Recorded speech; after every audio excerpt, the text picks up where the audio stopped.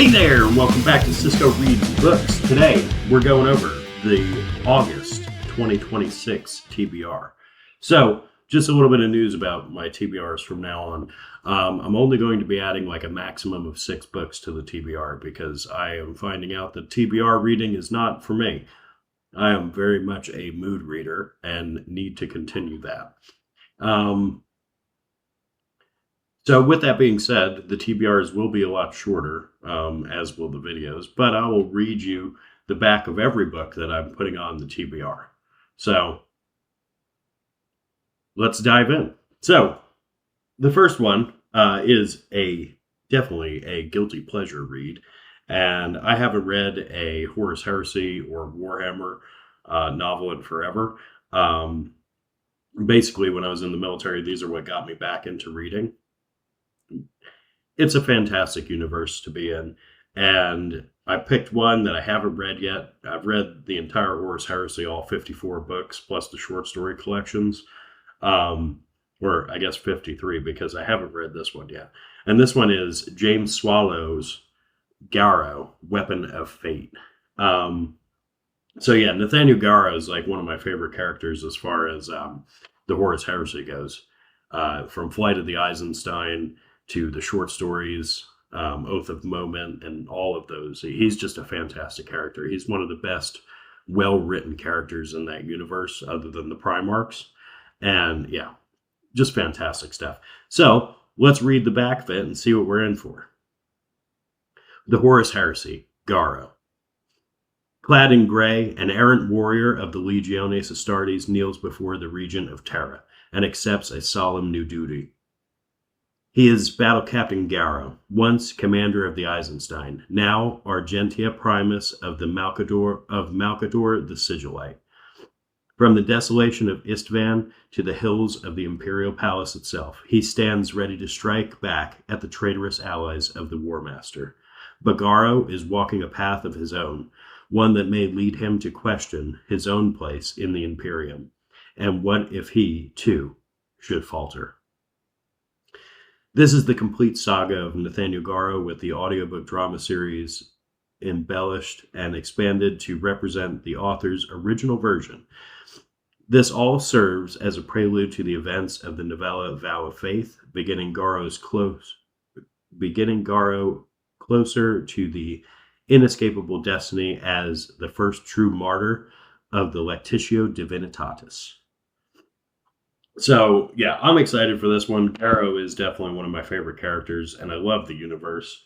So, jumping back into some Warhammer, Horus Heresy, sounds like the right thing to do.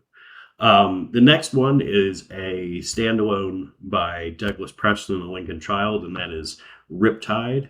You've probably seen this one in the Bright Light Book Haul, I think last month, and yeah, I had to put this one on the TBR because I've been looking at it and I want to read it. So we're reading it. So Tide of Obsession, Tide of Danger, Tide of Evil. 300 years ago, a pirate buried his bounty on a treacherous island off the coast of Maine. Now, a high-tech treasure hunter is bringing his $1 million recovery team to Ragged Island. They have the best hardware, the best divers, and the perfectly planned operation. There's only one problem. This island kills. Now, first the computers fail, then one man dies, then another man, then another. Oh, goddamn. First the computers fail, then one man dies, and then another.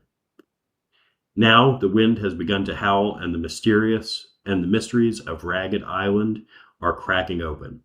Inside a rocky fortress of tunnels, traps, and tides, a priceless treasure lies waiting, and so does an unimaginable evil.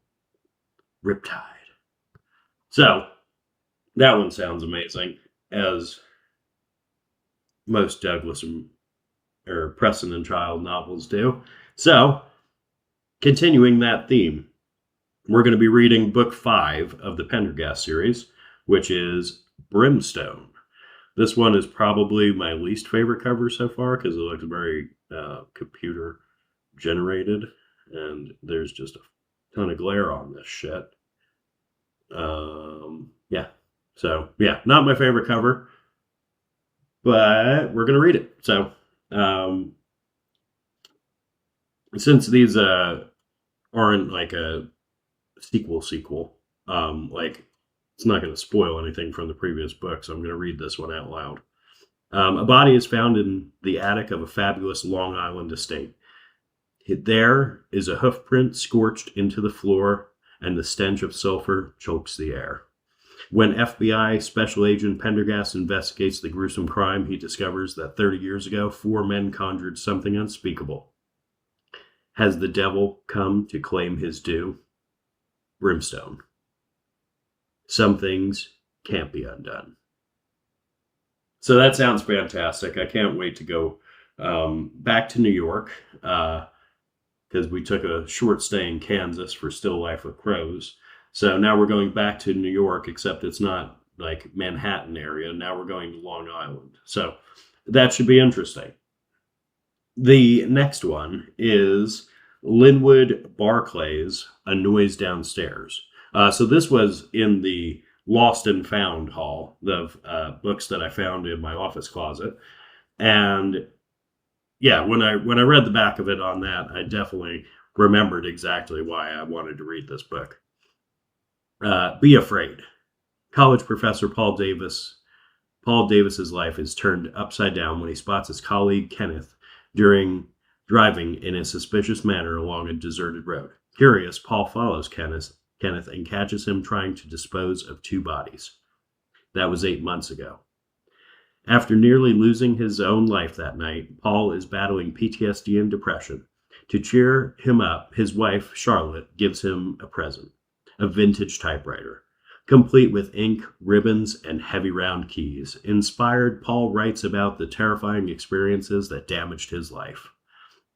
However, the typewriter soon becomes a source of anxiety. Paul swears he can hear the keys clacking in the early hours of the morning. Charlotte and his son deny hearing any strange sounds. Only Paul hears the noise coming from the downstairs. Are his claims real, or is he going off the rails as Charlotte fears? Paul believes that the typewriter is connected to the dark events that night on the post road, as implausible as that seems. After all, Kenneth is in prison, and he worked alone. Increasingly tormented, yet determined to discover the truth, Paul reinvestigates the deaths himself. But maybe Paul should just get rid of the typewriter. Maybe he should stop asking questions and simply walk away while he can. Because if he doesn't, his darkest nightmares just might come true. Be very afraid. So yeah, that one, I'm looking forward to it. I need some of that in my life. The next one is starting in that vein where we're going to read a new military thriller author, at least one a month.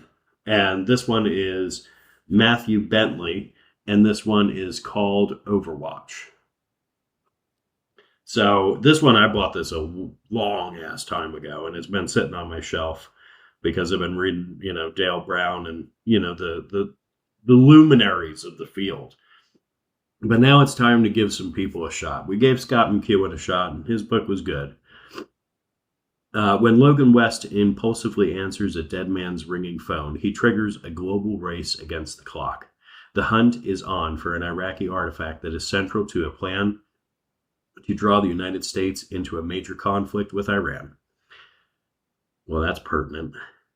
Logan, a former Marine officer, is quickly contracted as a consultant to assist the FBI as part of a special task force. A deadly game has begun, pitting an international team against trained mercenaries employed by the world's largest private security contractor, whose owner has a personal vendetta against the U.S. government. Meanwhile, Logan is battling his own demons, especially the trauma of the ambush that his Force Recon unit suffered at an insurgent torture compound in Fallujah in 2004, which threatens to destroy everything he holds dear.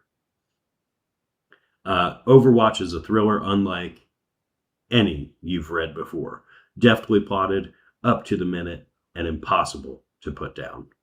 So we're going to put that to the test and see if it is actually unputdownable.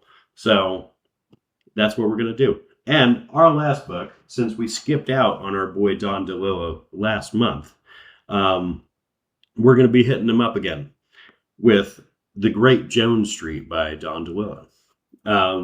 So this one, Bucky Wunderlich, rock star and budding messiah, has a spiritual wall.